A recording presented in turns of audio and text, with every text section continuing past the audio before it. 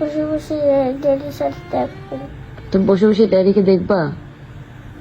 আলোচিত নারী উদ্যোক্তা রোবায়াত ফাতিমা তনির স্বামী শাহাদাত হোসাইন ব্যাংককের একটি হাসপাতালে চিকিৎসাধীন অবস্থায় মারা গেছেন। ইন্না লিল্লাহি অ ইন্না ইলাইহি রাজিউন।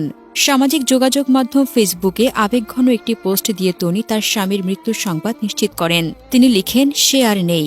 ব্যাংকক সময় রাত 3:03 আমাকে সারা জীবনের জন্য একা করে চলে গেছে।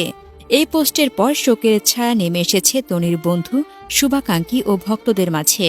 মাস কয়েক আগে গুরুতর অসুস্থ হয়ে পড়েন শাহাদাত হোসাইন। তার শারীরিক অবস্থা ক্রমেই খারাপ হওয়ায় তনি নিজেকে উজাড় করে দেন স্বামীকে বাঁচানোর জন্য। ফেসবুকে এক পোস্টে তিনি লিখেছিলেন, জীবনের সবচেয়ে কঠিন সময় পার করছি। আমি কোনোভাবেই তাকে হারাতে চাই না।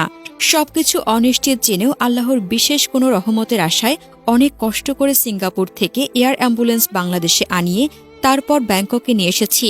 আমার জীবনের সবটুকু দিয়ে চেষ্টা করছি, বাকি আল্লাহর ইচ্ছা। তনির এই লড়াই ছিল নিঃস্বার্থ ভালোবাসার উদাহরণ। স্বামীকে বাঁচানোর জন্য তিনি তার জীবনের সবটুকু উজাড় করে দেন। শাহাদাত হোসাইন তনির দ্বিতীয় স্বামী। প্রথম স্বামীর সঙ্গে বনিবনা না হওয়ায় বিচ্ছেদ হয় তনির। এরপর ভালোবেসে বিয়ে করেন শাহাদাতকে। যদিও দুজনের বয়সের ব্যবধান নিয়ে তনিকে নানাভাবে সমালোচনার মুখোমুখি হতে হয়েছে। সামাজিক যোগাযোগ মাধ্যমে কটাক্ষ, অপমান সবকিছুর জবাব দিয়েছেন তিনি দৃঢ় মনোবলে। তনি জনপ্রিয় fashion house Sanvi by Toni এর স্বত্বাধিকারী। সারা দেশে তার রয়েছে 12টি শোরুম। কঠোর পরিশ্রম, মেধা আর সৃজনশীলতায় তিনি নারীদের জন্য হয়েছেন অনুপ্রেরণা। তার ব্যক্তিগত জীবন যতই সংগ্রামময় হোক না কেন, কাজের জায়গায় তিনি থেকেছেন সাহসী। তনির কথায় ফুটে উঠেছে তার অপার শূন্যতা।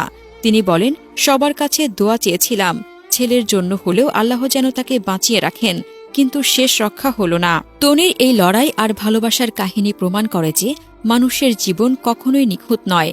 শোকের গভীরে থেকেও তনি হয়ে উঠেছেন ভালোবাসা আর দায়বদ্ধতার প্রতীক।